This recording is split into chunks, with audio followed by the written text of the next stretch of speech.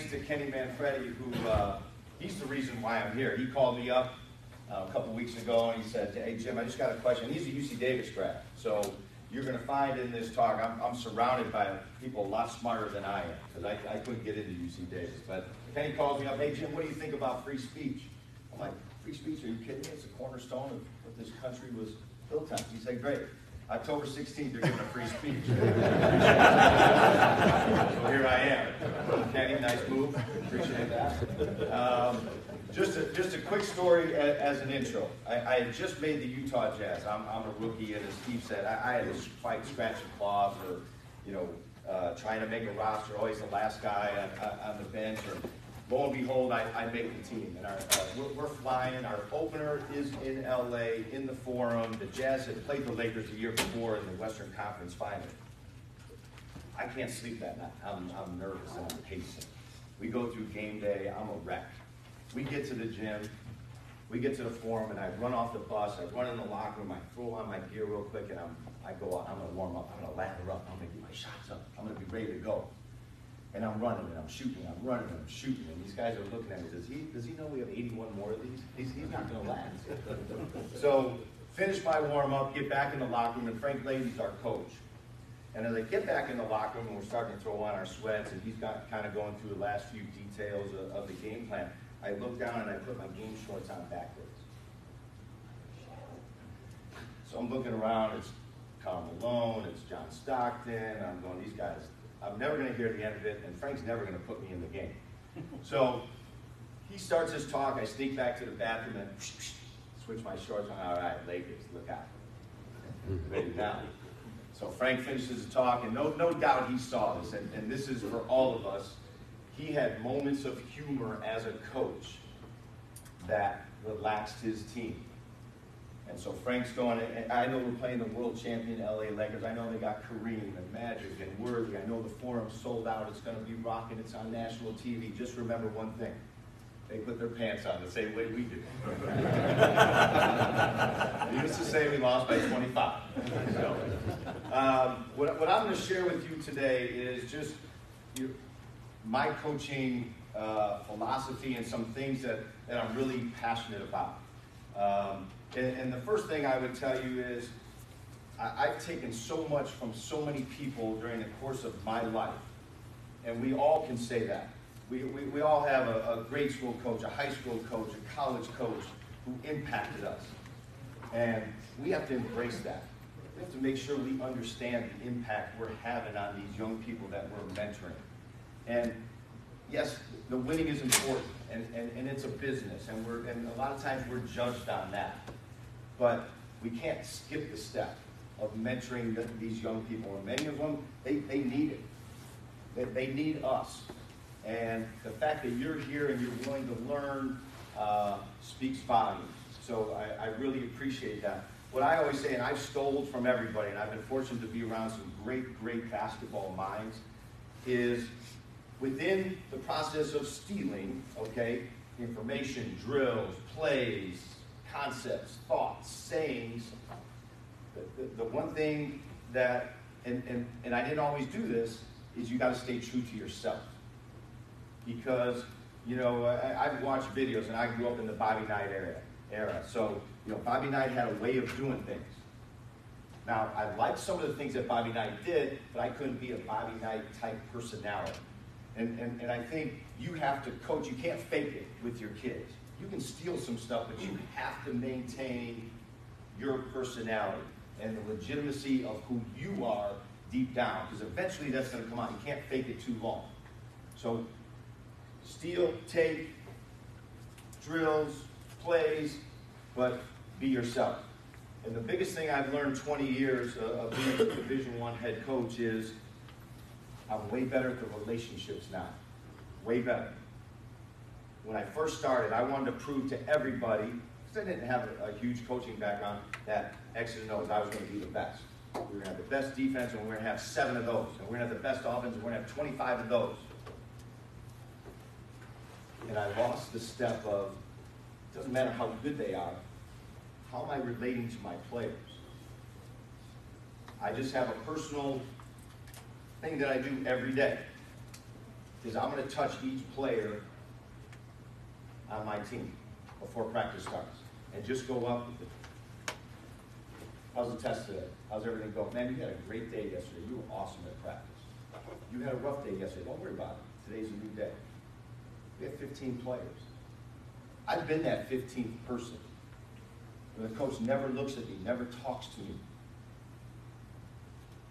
It takes me 6 minutes at the beginning. Oh, and by the way, Justin Clareman, our video coordinator and analytics guru, is here to help me out because I didn't grow up with technology, so I have no idea what I'm doing. So he's going to walk me through it just in case there are any glitches. But the relationship component, I'm way better now relating to our players, spending time with them individually, finding out what makes them tick. It's not old school where Bobby Knight has his system. You better fit in that system or you're out.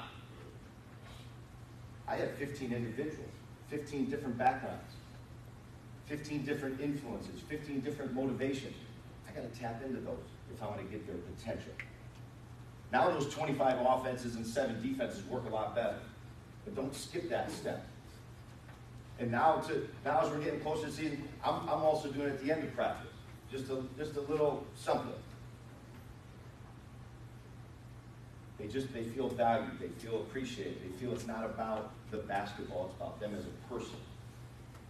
And if we can get them trusting, believing, relating to us, and you relating to them, now they'll run through walls for you. But you can't skip that step. And I did that early in coaching, and I regret that. I apologize to some of my first few teams for doing that. I'm going to take you through some practice rituals that we have. And I'm a big believer that kids want to be in the gym. My guys are always in the gym. They don't know how to practice. They don't know how to work out. They don't know how to get better. We have to coach them up. We spend our first week, 2 weeks in the summer, teaching them what to do in the gym to get better on their own. And the process I'm going to show you, and I know we all deal with, gym time and practice time, and I got to be off the court in 2 hours, and I'm a quality over quantity person, but I don't skip the skill portion. So our guys, and Justin will pull this up. Oh, I got to pull it up. So every day before practice, our guys are doing a round of 2-ball ball handling, 2-ball passing, and step-in shooting. And this is every day. It drives me nuts when I walk into a practice, and remember, I got to be true to myself. I'm a type A, intense personality. So I know that about myself. So it drives me nuts when I walk in the gym and we've got a 2-hour block of practice and guys are hoisting half quarters of a hook shot from the free throw line. Drives me nuts. But we got to coach them out of that. We got to give them exactly what you want to do. And I know, hey, and we might be waiting for the women's team. Our women's team is awesome. So we're waiting. Well, we're in the hallway or we're outside. We're doing our 2-ball ball. We're doing our passing before we can step on the floor so we don't have to waste time. We're not skipping that step. So this is nothing transformational. It's nothing new. But this is Ezra Manyan, our junior point guard. He was one of the all Big West players as an underclassman, one of the only ones. But he's going to take you through a routine. It speeds up here a little bit just to get an idea. And this is every day. Now, he's been doing this every day for 2 years. And this is what it looks like. Think how many times you practice. It's both hands. It's a multitude of drills. And I was fortunate enough a couple years ago to see Steph Curry, and I went early to watch his workout regimen. That's what he was doing. So now I come back and go, well, if it's good enough for Steph Curry, I think it's good enough for us, for every day. And literally, 3-4 minutes for him, because he's got it down to a science. And then I tell him, hey, you go on YouTube, you go Google, do whatever you want. I gave him the basics, but he now is coming up with his own stuff. And not only is it making him a better ball hand or right hand, left hand, but his hand-eye coordination, his hand quickness defensively. Really, really important. We do not skip a day. We have guys running from class to come to practice sometimes. Get your ball handling in, get your passing in, get your shooting in before we get started. So those practice plans you see, The timing is a little bit off because we usually start a little bit later than usual. So here's some, just the two ball. And again, right hand passes, left hand passes. This is all before they've taken a shot. They're doing their ball handling and passing. We've become a more skilled basketball team. Their comfort level grows. It's a little bit of teamwork. We add some communication components.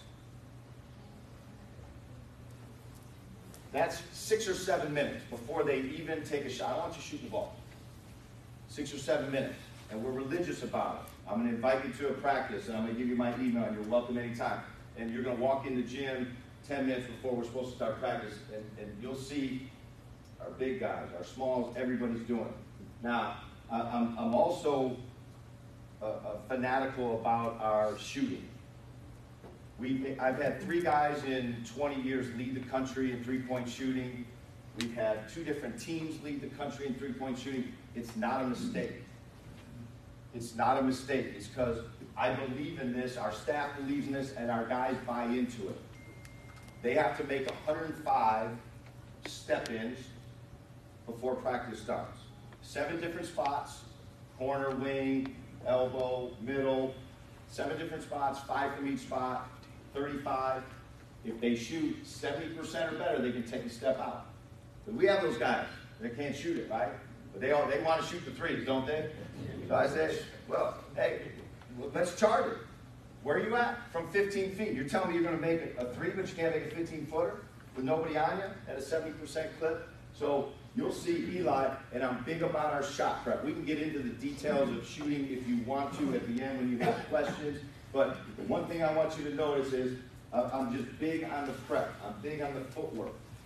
We all get caught up here with the ball, and we forget about this. Watch Steph Curry. And that dude, his footwork is spectacular. And because it is, he can hit all those off-balance shots. So we are big about the shot. And these are game shots, and these are 15 feet. This is one of the top 5 shooters in the Big West. And he's not starting at 3. He's starting at 15 feet. And he's shooting at about an 85% clip now from there. But we don't skip that. Now tomorrow, he starts there and works his way out.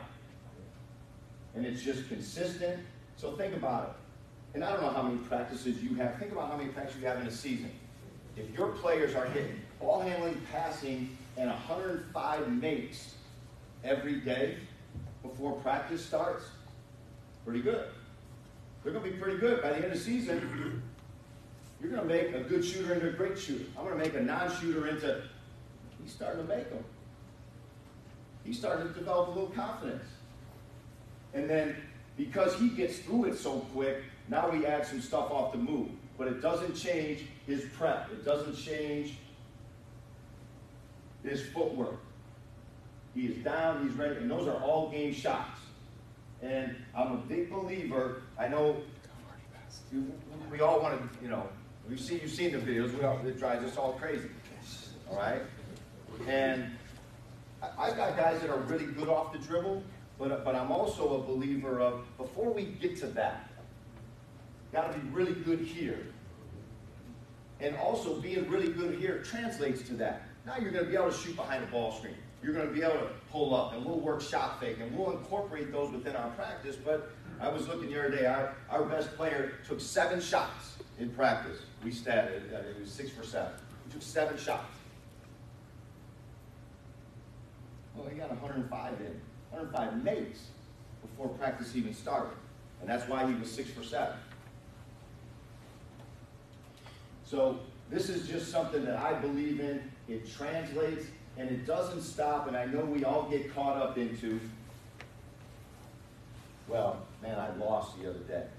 And we just got to focus on this scouting report. We got to focus on changing our offense, changing our defense. I've been there. Don't take a shortcut on the skill work. In our Big West schedule, we play Thursday, Saturday. So Sunday's a day off or a travel day for us. Monday, in the middle of the season, and we're most likely going to be in the hunt for a championship this year. Every Monday's a skill day. So not only do we do this, but now we're going to work individuals and shots, and it's 40 minutes of hard individual skill work, where they're getting their shots in their offense. And it's even some defensive footwork, some defensive principles individually. Again, I'm touching that player one-on-one.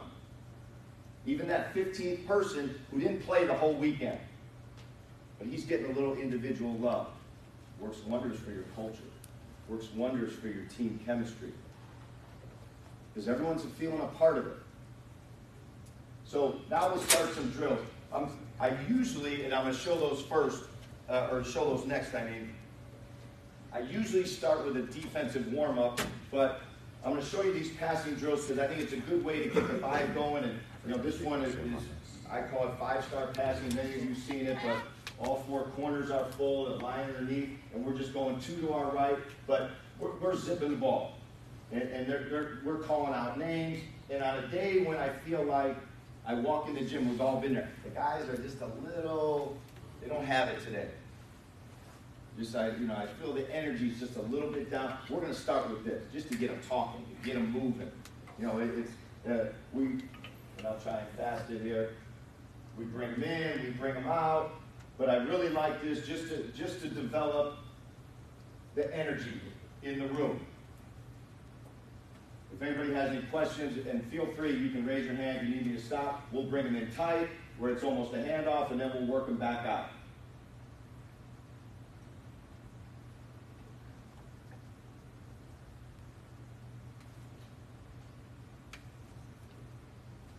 Okay, now we're going to do the diagonal passing drill. So, diagonal lines are changing, line to line, okay? And I'm passing right, catching right, and delivering it to the line I'm going to. And we do this, again, calling names. With 2 balls, it's relatively easy. And you'll see here in a couple clips, we get it going with 4 balls. Again, it all of a sudden ramps up the concentration on a day when you feel like, they're not really engaged. And then you get the 4 balls going, and am I in your way? I am, just yell. I'm trying to find a spot here to stand. Okay? Now, generally, we're going to start with a deep. I think subliminally, if you just start with offensive drills, you're sending a message to your players. Our best teams have been really good defensively. So we're going to send a message early on with our defensive, we call them our defensive warm-up drills. And we're going to review our on-the-ball defense, our closeouts, our positioning. We're going to get right to one-on-one right away. And one of the drills we like is a scissor close. So we're going to call one coach a cold close. So non-shooter, we call one coach a hot close, because we know we need to get to him because he can shoot the ball. And we're a no-middle team. So on this close, you're going to see we throw that stick hand, left hand up. I grew up in the era where you did this and both hands up.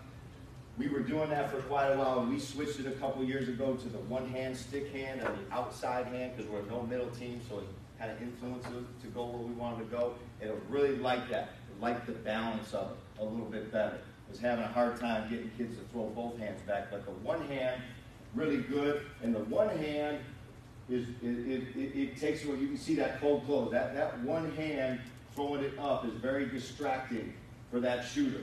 And then as he closes out, and we all have this problem. When the ball moves, we have to move, and we got to move now. And you can see, as soon as that ball moves, we got guys not sliding, not jogging, but sprinting to that help position. And then it's continuous, and then he's out, and then the next guy's going to step in. So everyone's getting a piece of it.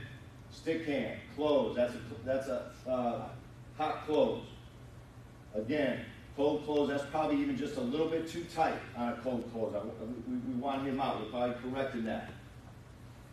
And that's just a great way to get the guys going, get their juices going, and it reaffirms what we do. And then we're playing one-on-one every day. If you notice on those practice plans, it's a build-up. 1-on-1, 2-on-2, 3-on-3, 4-on-4, 5-on-5. Because, again, one-on-one defense, one-on-one offense, really, really important. So we call this the Euro drill. And this is on the break.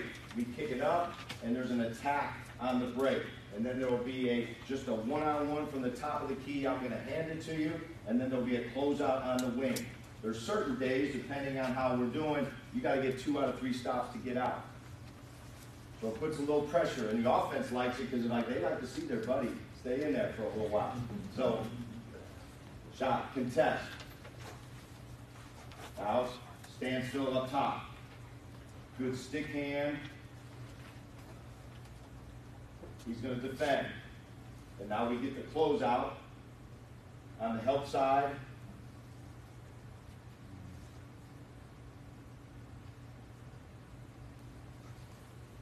That gets their juices going. And I remember early on, I'd come out of a practice, and it was a bad practice. And as a coach, I was blaming the team. They were bad. He was bad. She was bad. And then now I look back at some of those practice plans because I kept them all. That's a crappy practice that you set up. That's you. You know, we want our players to look at themselves, but we come out of a practice, first thing I'm doing, you know what? Did I do the right thing? Did we have that set up right? We just didn't have it. So the variety of drills, and you're going to get a boatload of today. Save them all.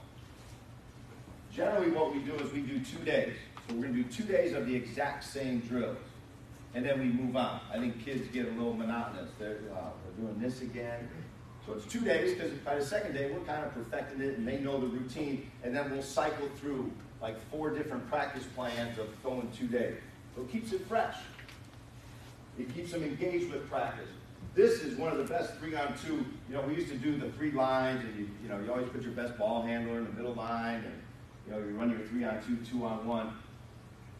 And I can't remember who I stole this from, but I didn't come up with it. We're just circling up 3 and 2 right here, 2 teams, and a turnover happens, a steal happens, and all of a sudden guys have to figure it out. We got to figure out where you're running, where the space is. The defense has to figure out and communicate who's got ball, who's back.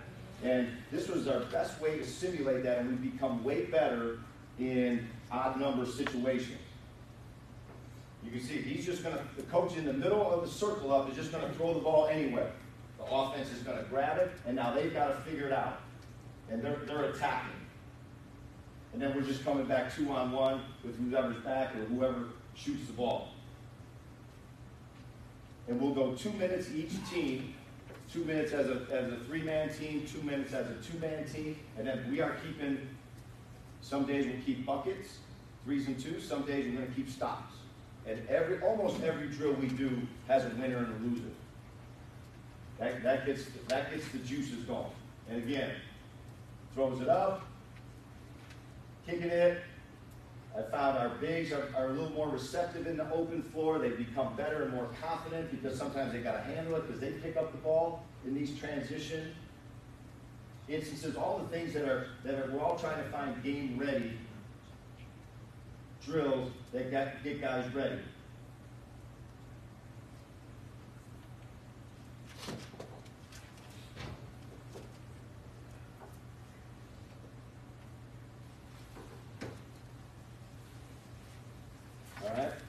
Everybody's running ball screens.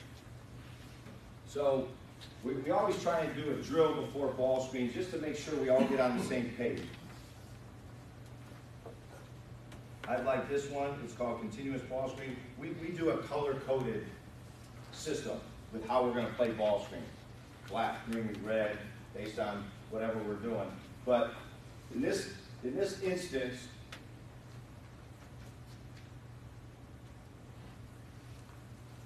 we have a wing pick and roll. Is this continuous ball screen or ball screen? This is continuous? I don't think it is. Is it? Does it say continuous?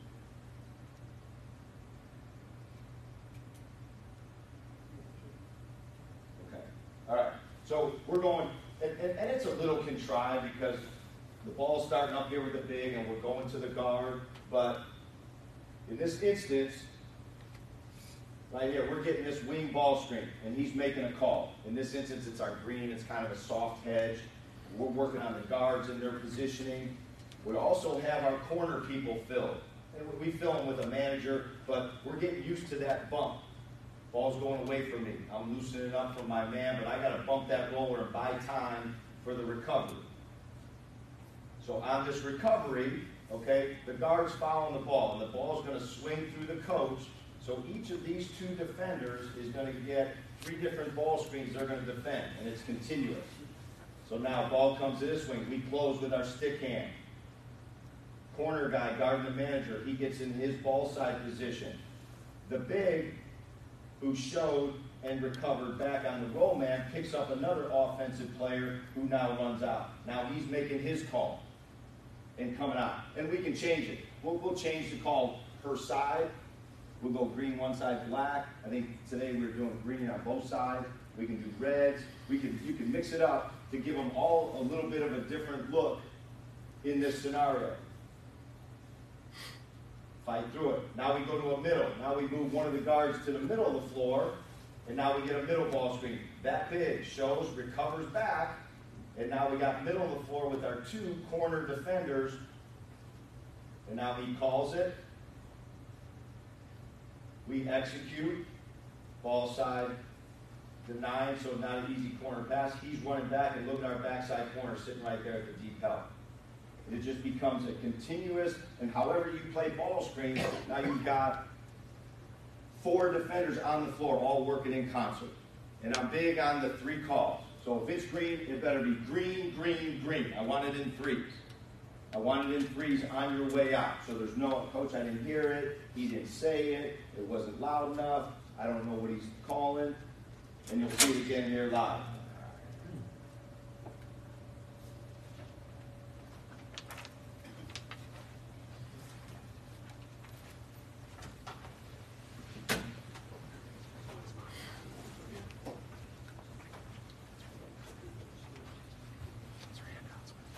Last one. This last one.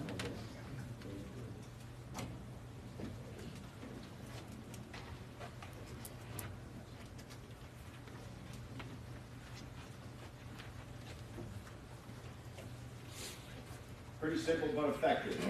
The other thing, so now once we do that, I think as much as you can break down the game for your players, 2-on-2, 3-on-3, really helps them, and it helps both sides.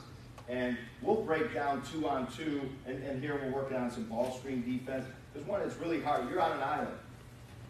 And it's nice to expose some guys on an island and just, hey, you know, I need you to defend better. And you're probably going to give up some baskets on a roll because there isn't help. But I think it's important for the development of your players on both sides of the ball to let them play. And again, everything we're doing is competitive. So this is blue and gold, and we're going one side, because it drives me nuts when guys are standing in line and you have a long line and they got a way to go. So they're going this side. They're making the play. As soon as they're done, they're going to the other side. And it's just 2-on-2 ball screen, working on that communication, working on that coverage, working on that on-ball defense, fighting through the screen, and then they play it out. And we're keeping track of stops, and we'll give the blue team 6 possessions to defend. And then we'll give the gold team 6 possessions. And then we're going right to the other side.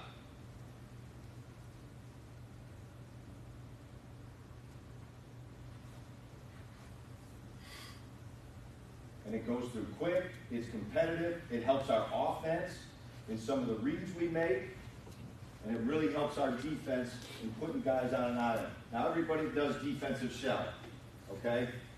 We do it a little bit differently some days when we want to get their attention. Amazon sells these little 12-pound weighted vests. Kenny, you got those? No, I'm saying, Oh, you have a question? no question. Just want to give you maybe a 5-minute. Oh, that's my 5-minute call. Yep. All right, Yep. question? He was excited, Coach. He was excited about the vest. Send me that link, Coach. Send me the link. So when we do our shell, we're going to put them in a 10 or 12-pound little vest just to get them going. And that's mainly in the summer when we're doing our skill work, but we're working on our positioning. And it's just an added little something, but again, subliminally, I think it's saying, hey, defense is important. Defense is hard. Defense is hard work. And if you guys can move like this with 12 pounds on your shoulders, just think of what we can do and how well we can move without it. What's next? What do I have after that, Justin? Let's go to, so I can get through this, let's go to fast break sequence. Closing practice. One of the things I found that we really like is I want some sort of peer pressure at the end of practice. They're tired, they're fatigued. I want to make them think at a high level, just like they're going to have to at the end of a game. So how do we all struggle with how are we going to simulate that? And what I found is we do all of our fast break sequence drills. You know, and you can just run it, Jay. Can I do it? So I'm just going to run it while I talk. But 2-on-0, 3-on-0, 3-man weave, 3-man weave, you know, wide, tight, etc. But we're going to put time on the clock. I think there was 7 minutes on the clock. We're going for straights versus lining them up and running suicide. We're doing all of our fast break drills at the end. Any bobbled ball, any missed layup. If we're running wide and you didn't hit the sideline, we're adding 30 seconds. We've started at 7 minutes, and we've been at 9.5. And now it becomes a communication game. Now it becomes fighting through the fatigue and the pressure of being able to catch it. And you notice we broke the teams on both sides. So as soon as one team gets to half court, the other team's coming. So it's constant. And it's amazing how now, when we do it, and we started this a few weeks ago, we're done the first time. We've raised their level of concentration when they've been a little bit tired, when they've been just a little bit worn out, but they know what's coming, and they've seen the dark side of having to run. Versus, and I get suicides and all that is important, you know, building up some stamina, but this does the same thing. This does the same thing, but now I got to dribble past and shoot it while I'm doing it. 2 other ones we really like. We'll pick 4 guys, and I think you'll see it on one of your practice. We'll pick 4 players, and I'm sorry, I keep saying guys. Don't be offended by that. All right. So 4 players on the floor, and we'll say you got to get 3 stops to get out. 3 stops in a row to get out, and you're staying in till you get out. Well, and when I say a stop, I'm not saying a guy takes a bad shot. I'm saying perfect stop. You got to defend the ball screen the right way. You got to defend the pin down. You got to defend the flare. So we'll go to that as another peer pressure. The other one I like, and I'm going to get through this quick, and I'll get to my Nash drill, which I really like, is the other one is 80% free throws. Line up everybody on the end line. We have 15 players, 30 shots. They got to get 80% to get out. Go down the line. And it's a 1-on-1. Miss the first one, you don't get the second one. You got to get to 24 out of 30. Comes down to those last couple guys, and they got to make all 4. Puts a little pressure on them. We didn't make it. Line up. Now I'm going to run them. Now we're going to come back. Now you're 80% again. We're going to stay there till we get it. We're going to stay there till we get it. And then Steve Nash, I've been using this drill for, I don't know, 5 or 6 years. And we shot 78% as a team the last 2 years, shooting free throw. So I give him all the credit. In practice, you're always saying, how can I get some free throws in? And we don't get enough. And his whole thing was, I just want to groove the stroke. So we go a minute each shooter. And guys can get 35 makes in with a good rebounder. And you'll see, he's just going. He's just shooting. It's no dribble behind my back, you know, all that. Eliminate all the crap. Just work on your shot. Now, after practice, we'll say, okay, we want guys to make 25, and now do your routine, whatever I don't want to take that away from them, but this has really helped, because in the middle of practice, I can give them a 5-minute break. Each shooter gets a minute to shoot. They're getting 30-some free throws in a short period of time, and then we get a water break. In 5 minutes, we've gotten better during a water break. Really efficient way to do it, and I really like it, and the numbers have played out. The numbers have played, because we're always thinking, well, when do we work on free throws? I don't have enough time. And how do I put some, pressure on them? So the 80% at the end, but also the Nash free throws I really like. There's my email address. You want to come to practice, you want to come to a game, do not hesitate to reach out. Like I said, so many people have helped me along the way. The least I can do is give back. And you're welcome to come in, sit in a film session, sit in on practice. I have an unbelievable staff. The last thing I would just say is, again, knowing yourself. I'm not a great, the minutia of the drills, like this line, and this is how we rotate, and this is how the drill is going to work. Not my strength.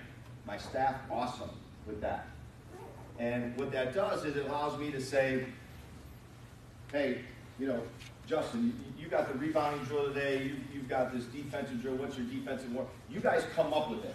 Here's what I want to get done, but then I'm better off at just watching the individual and now correcting them and coaching them versus being so caught up into the minutia of how does this drill work, and did he rotate right, and the lines are screwed up. I'm bad at that. I'm really bad. When I try and run a drill, our players start laughing because I'm just bad at it. But that's playing to your strength and knowing yourself. So I don't even deal with it. And I think my staff likes it because it's like, hey, coach, I came up with this new rebounding drill. I came up with this new one-on-one drill. And it empowers them, but it allows me to do what I really want to do, and that's coach and impact my guys on their execution versus how good we're going to be in the drill. Questions? How am I doing? Great, coach. No more waves? Yeah. Just looking for that vest. Off the court, team building activities, ideas that you like to use, like to get kids ready to compete together. 2 weeks ago, we just had 2 Marines spend 2 days with our guys. Phenomenal experience. Phenomenal experience. I think if you can expose your kids to the military way, or just have someone come and speak to them. I mean, they talk about communication and doing your job and leadership and worrying about the guy next to you, and he's talking to him in cargo shorts and has scars all up and down, shrapnel scars all up and down his leg. You screw up, it costs us a possession or maybe a game. I screw up, it costs my team lives. Really impactful. We do a lot of just team building. We'll take them up to, and I know not everybody has all these reasons, but we'll go up to Tahoe and we'll be in a cabin for the weekend. And we're leaving our cell phones at the door for the weekend. You usually see the looks we get when that happens. And at the end of the weekend, they're like, Coach, it really wasn't, it was actually kind of nice. And the chatter, the amount of conversation and talk. So we eliminated that team meetings and meals on the road. Leave your phone in your room. Just to help build that culture, but I think you have to be intentional about it, and we're very intentional. I'm also a huge film person. I study and watch a lot of film, and it's more out of fear. I was telling Justin at breakfast this morning, it's out of fear because I don't want to let my guys down. I want to make sure I'm the best. I don't want them to lose a game because I didn't prepare. I didn't watch that extra game. So that's just me. It's a little bit fanatical, but I also know when our players watch film, they're looking for themselves. What am I doing? What did I do on that play? So they're not really hearing the message. So I do a lot of individual film, before practice, after practice, in my office. One, it's building that relationship, getting to know them. But two, they're hearing directly from me. Here's what you're doing really well. Here's what you need to get better at. And that helps build the team culture, too, along with all those other things that we talked about. Kenny? Coach, we were just talking about that this morning. Watching you do that with your players has been very helpful too, because when we watch in a group setting and we get constructive, the players, sometimes their heads can hang. And I've watched you talk to your players individually. You pull them aside, you've got your 2 or 3 things they're doing well, and then you get constructive, but their heads aren't hanging high or hanging low because it's that contract between you and him. And I think that helps your team's chemistry a lot and your morale, because they're getting it straight from you and they're not getting put on blast in front of their teammates. And we have to be really conscious of that, because that's just, we have to change, and we have to change with the times. And the one, and a lot of times And I coach my guys.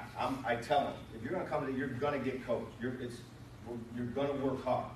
And if you do those two things, work hard and be willing to be coached, you're going to be successful. You're going to reach your potential. So even as a recruit, do I have your permission to coach you? I've sat in a team setting because we've all been there like, man, we're struggling. They're not buying in. Their agenda is different than the agenda that needs to be, and we'll go down the line. Do I have permission to coach you? Don't tell me unless you believe it, unless you're going to do it. But I do think you have to be conscious, which is why the individual film session is. Now sometimes, my seniors and my leaders, I'll tell them, hey, I'm coming at you a little bit in this film session, but I'm going to prep it. And I need you, because if I can send the message to you, who's our leading scorer, who's playing the most minutes, those guys are going to get it. But I'm prepping him on that. I don't want him to try and figure that out on his own. Any other questions?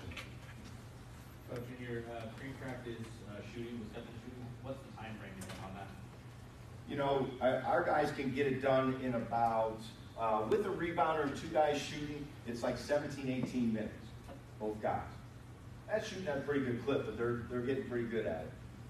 So, and I get it, and you may have to reduce the number.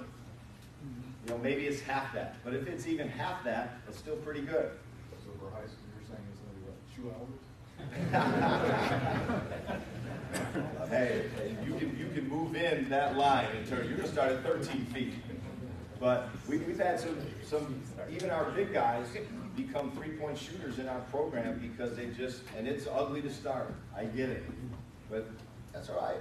Just you stay here and do not move back. But it drives me nuts to see, just the myriad of shots before a practice that have nothing to do with being successful.